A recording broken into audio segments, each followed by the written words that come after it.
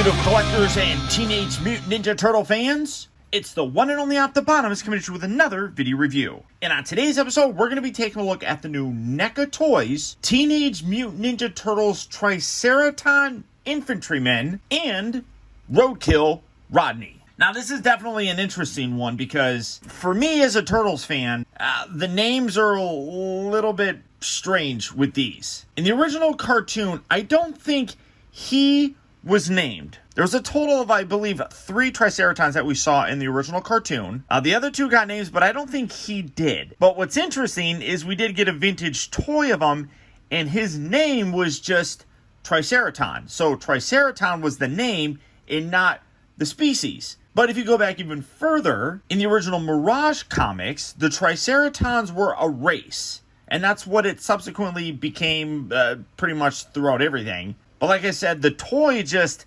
named them Triceratons. So that was weird. And then the Roadkill Rodneys originally appeared in the second episode of Ninja Turtles, but they were called robotic unicycles or something like that. It wasn't until the video game came out with these that they were dubbed Roadkill Rodney. So things are all over the place with this. Either way, we have a new set, and I'm sure that you guys didn't care about any of that. For the package, though, you got this nice open window that fully showcases them. You got a very cartoon-accurate representation of Triceraton, or whatever you want to call them. And then you got those cartoon images of the Roadkill Rodneys right there. Side here has an up-close image of the Triceraton, and then that side here has the Roadkills. Come around to the back of the package, you got images of them kind of looking cool. You got Metalhead, and then this is what I was talking about. You have Zerax and Zork. These were the other 2 Triceratons that we saw in the animation series, and it was just one episode that they appeared. So, to me, it's interesting, again, that they're going with this route instead of giving us some more main characters first, but I guess, you know, hey,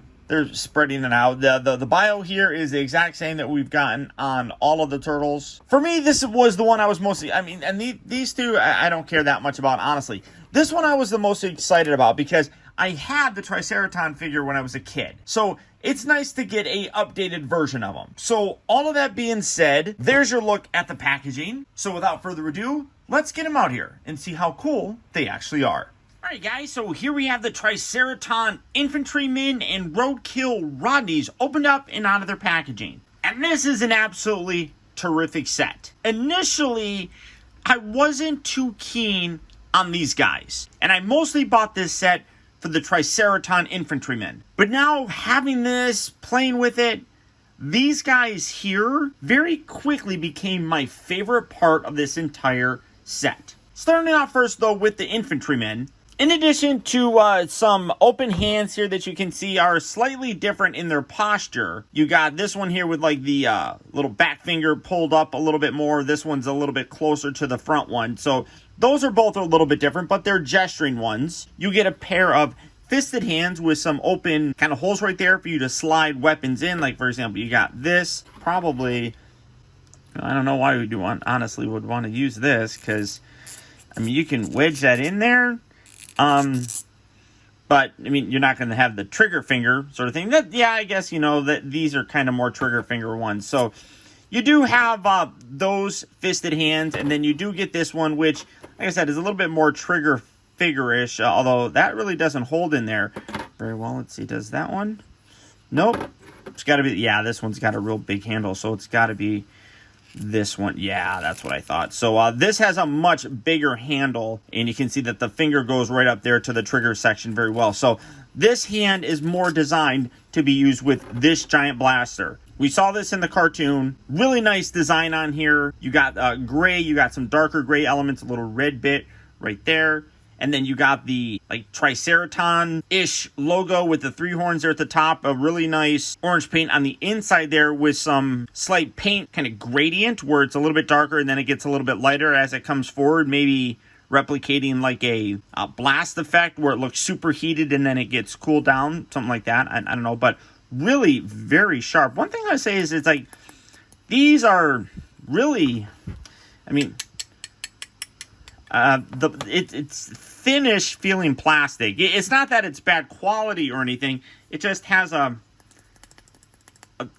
sound to it, I guess. I don't know if that makes any sense, but you can kind of hear that, I guess. And then you get these two guns. I want to say that we've gotten these before. I don't have all my other accessories out, but they're still nice nonetheless. You got this big giant gun right here, which is fairly reminiscent of the vintage version. Nice paint detail on there as well. I like how you got the little green section right there. And then you just got a rifle. Again, a lot of real nice painted detail. But again, these have that same...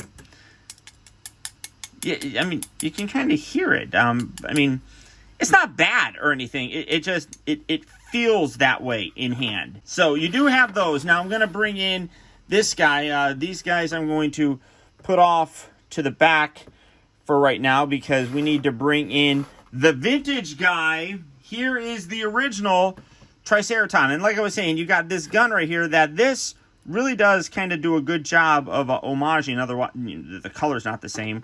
Kind of wish that instead of like maybe this, they gave us that gun. But here's the original. This is what was just called Triceraton. When you got him in the package, it just said Triceraton. So everybody assumed that his name was Triceraton. But like I said, in the original Mirage comics, the Triceraton was the species, and that even came out later on with the animated series. Now, these guys did not appear until the 7th season of the original 80s cartoon. And I'm not certain what came first. I'm not sure if the toy came out first or if the cartoon came out first. But a lot of times they see these designs and then they make the toy and then animation comes in and it kind of changes things. So that's not a fault with Playmates or anything. That's just the way some things work sometimes. But you can see that the color is a little bit different. He definitely has a little bit more of a coloration of the upcoming Zorex figure, which initially led me to believe that Zorex was who this was meant to be. But too much about this guy just reminds me of him. Specifically here, like with the armor and stuff. You got this nice armor section here with the little Triceraton logo there. You kind of have that there. Even the frills up here look a little bit more like this, where they're kind of flattened of sorts. Kind of like these ones. See a lot of the same kind of coloration. Now, this is one part that I wish was done a little bit differently. This is Leatherhead's tail. There's a lot of reused parts, obviously, but like they didn't have the spikes on this. Like this tail is a little bit better. You can see it's just bumpy. I wish that they could have done that with this. Give us a new tail that they could have used with the other Triceratons, because the spikes on here just, I don't know, it doesn't work too much for me, but I still really like the figure, and like I said, I love the fact that we have that vintage one to kind of also enjoy. Now, I do think that, and I'm trying to see, I do have this little smudge right here. I have dropped this guy, unfortunately. I don't know if that's going to come off, but, yeah, see, I feel like that's stuck there. But hey, it's like battle damage. But overall, still really very, very cool looking. You do have a great coloration with them. You can see that again, they went with that cell shading where the back of them has a little bit darker of a color. You can see that with the arms, the legs, like even in the back section here. And it's kind of like that on the tail, although I don't know why you would have the two color tones there, because this is always going to be facing the back. So I feel like that should be all one color, but whatever. You got all these really nice painted in dots, which they're not sculpted in for the most part. I mean, like these little bits here are the pins, but these are just added paint details to the actual sculpted assembly. I got a little scrape right there too. I mean, Pepper jumps up on my desk and knocks things over, and sometimes I've found him on the floor. So that's what ends up happening, unfortunately, and it is what it is. But you know, that's the way cats are. You got these nice little bracers on there. Again, really great detail. I love the armor on here. I like how it's on the outer side right here. Now, in the upcoming ones, you will get slightly different chest armor, which is just put over, I'm assuming, the same body, which is fine because it makes all the figures look a little bit different. And then the head sculpt is wonderful. You got him in a kind of growling sort of pose. Again, you got the really nice frills, the horns, gorgeous detail with the eyes, and then the different kind of like eyelid colors. Absolutely love the way it looks. Even how they got these really nice painted lines in the little beak section of his mouth. Absolutely terrific. Really, really is. Articulation-wise is all basically the same. You got a ball joint here. Can look down, can look up. It's got a little, you can see like a little shifting joint right there, so you can get it kind of hunched over, or you can pull it back. And then when you pull it back, you get a little bit more range of motion. So you can get some good poses with that head. The shoulders move in and out. There's not any real restriction with the armor, but it does get a little bit tighter when you're doing it, and that could potentially scrape some of the paint there, so be careful. Rotates at the shoulder, rotates at the upper part of the bicep. He does have 2 bends at the elbow. Does still always look kind of weird when you do that. You do have the hinge and the rotation at the wrist. Do have what appears to be like a ball joint, but the armor bumps right up against his belt. So you get the rotation, but the forward and back is fairly limited. The hips only go about that far. Again, this is a softer material, so it kind of pushes a little. Goes back. You get a range of motion. Goes in and out. Rotates at the upper part of the thigh. You do have 2 bends here at the knee. I believe that these were Bebop or Rocksteady's legs. So a lot of people complain about this. You have these little wrinkles right here, which the wrinkles are from the pant sculpt. So I get why people complain about it, because it doesn't really look like skin, but skin wrinkles. So, I mean, I don't know. It's an annoyance that a lot of people have that doesn't really bother me too terribly much. Would I like it if it was different? Yeah, but, you know, I'll accept it if it means that we're going to be getting figures like this. Then you got the ankles that are on a little hinge to move forward and back, and then they go on a weird hacky sack pose. You do have peg holes on the bottom, and then the feet are also new. So absolutely terrific looking figure. Really very, very happy with the way that he turned out. Like I said, I have the most connection to this just because of that vintage toy, to be honest. But that's not to say that Zorrex and Zork aren't going to be favorites of mine as well. And I have picked them up, so stay tuned for reviews of that set. Then, coming to these little guys, and like I said, I was not expecting to like these as much as I have. The Roadkill Rodneys, which is what their name became in the Teenage Mutant Ninja Turtle video game, are basically just Technodrome drones for their accessories, and they come with a fair amount. These are kind of essential. You can see it kind of looks like smoke, and it just plugs in here to allow you to stand them up, like so. One thing that I wish that they did is you put that in there, it always looks like they're in motion. I wish that they gave us clear ones. I don't know, you know, those might actually fit in the NECA little display stands. I'm going to have to check that out. That's interesting, because they look roughly the exact same size. So while it's nice that we got those, I wish we did get some of those clear ones so you could just have them stand there, because otherwise they can't stand, which is really kind of unfortunate. So they both come with this little piece. Like I said, it just has a little peg. You put it in there. There you go, and then just position the wheel kind of how you want, and now you can have him standing there. Like I said, you get 2 of them for the 2 robots. You also do get 2 additional arms. Now you can put them on one, or you can double them up and put 2 on one robot. All you have to do for that is pull that out just like so, and put that in there. Get that there. Now, unlike these arms, which are actually bendy wires, it's not the best bendy wire, but you can see you got like little holes right there. You can position these around. These ones are just a solid rubber plastic, but they are nice and long. And in the series, they basically would just like wrap these around their little enemy. So you can do that like that, and it'll stay perfectly fine. I mean, it's a softer enough rubber material. Come on, get out of here, little Triceraton man. That you can see that it goes back to its shape. So you can do that if you really wanted to. You can also rotate it all over the place. You can use one, like I said, on one robot, or you can use both of them on one robot. It's personal preference and just basically how you want to display them. But you do get 2 of those guys. You also do get, and this is what's great. So you got this little rubble section here. These guys would obviously come from the Technodrome. They would drill up from the Technodrome, which was always under the ground, and they would pop up and they would attack the turtles. Now, when I first got this, if you were on my Ustream, I was like, oh, well, here's the little drill. As you can see, you get 2 of both of these. You get the 2 drills and then the 2 rumble pieces. I was like, you just put that on there. I'm like, that kind of, all that gap right there, that kind of looks ugly, because I'm an idiot. The heads from the neck down actually can pop off like that. And then you got the little key section right here where the circle and then the little part that sticks out.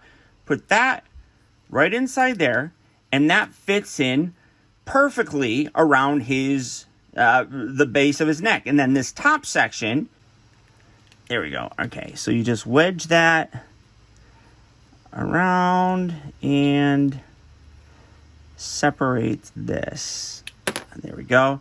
And you can see that top section comes off, and that's going to come in handy later on. And then you can take this, you can plug that in there, and now you have one of these guys coming up from the ground, which, again, freaking awesome that you can do that. I love that little display option for you. Super, super fun. So you do get 2 of those, like I said, 2 little rubble sections, and you get 2 drills to go along with it.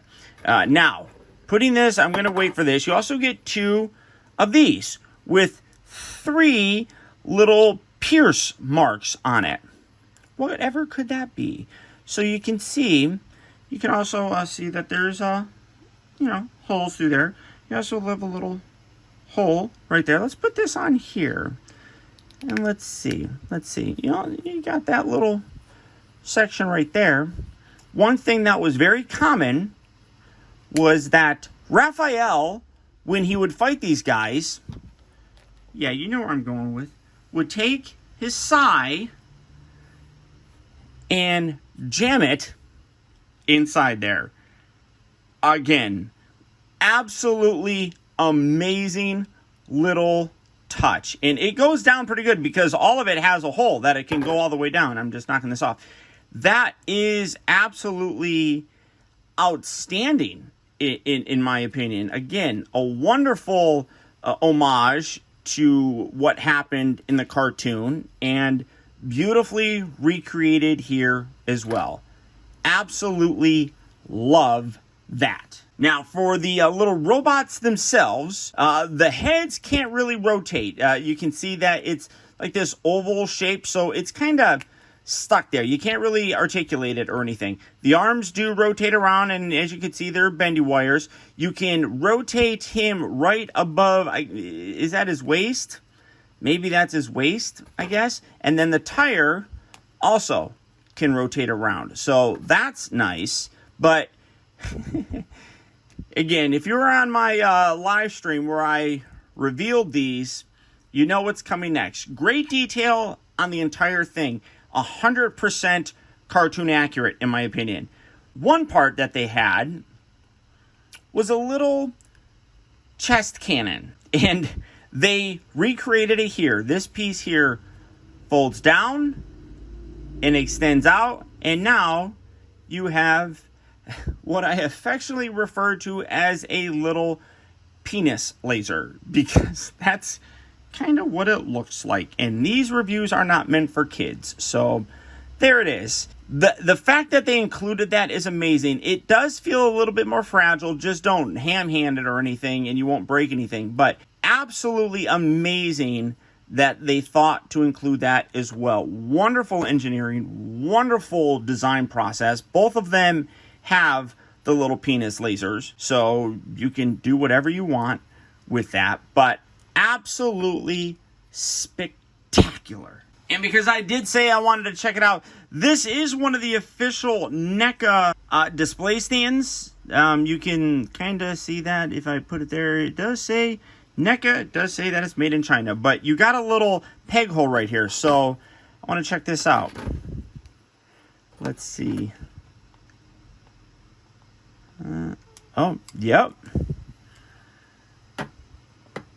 perfect. So if you have these little display stands, you can use it with this. That's pretty thoughtful on their part. I do wish that they would have included a couple of them in this set, but you can buy like a pack of 10 of them, I think, for $9.99 at most Target stores. They're always there. They're never like out of stock. So there you go. Those little stands do in fact work with those guys. And for a size comparison, you can see he is a fairly big figure. Here's Donatello. If you know the significance of me using Donatello in this, then you clearly know who the Triceratons are. But as you can see, this scale is really very good, and this one is outstanding. Now, the Triceratons were huge characters, and of course, the turtles were fairly small. They're supposed to be teenagers, so, I mean, it works pretty good. For me, really, the only figure that doesn't scale very well would probably be the April O'Neil figure. Literally, April O'Neil is probably the worst figure. And that's not to say that she's really a bad figure. It's just when everything that NECA has been doing have been home runs, she definitely fell short in more ways than one. But for the size, there you go. But if I've said it once, I've said it a number of times. That NECA consistently makes the best and most cartoon accurate representations of Teenage Mutant Ninja Turtle characters that we have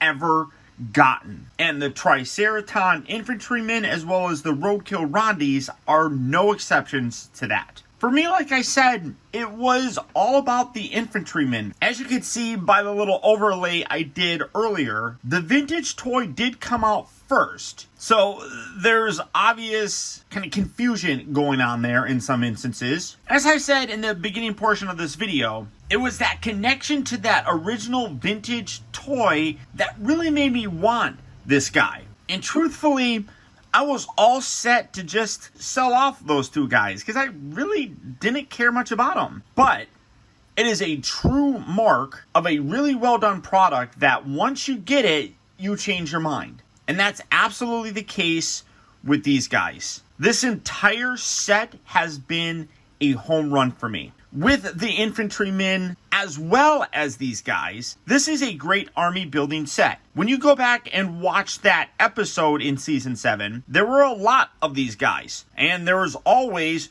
numerous Roadkill Rodneys, or robotic unicycle bots, or whatever they were called. So if you want to buy multiple packs of this to kind of fill out, like I said, an army, you absolutely could. It makes absolute sense. I don't think I'm going to, but this, as well as the foot soldiers, are a really good army building pack. And I always have to give NECA credit to, despite the fact that some of their sales tactics really kind of annoy me and the way that they run certain things kind of put me off, I can't argue with the fact that the figures are amazing.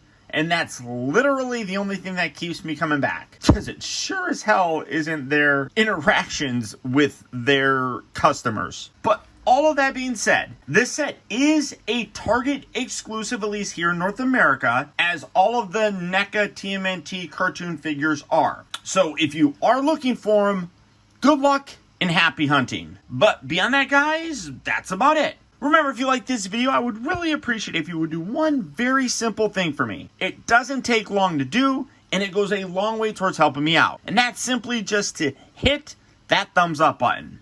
Every time that you do, a brand new pizza is sent to Michelangelo. And you guys don't want him to starve, right?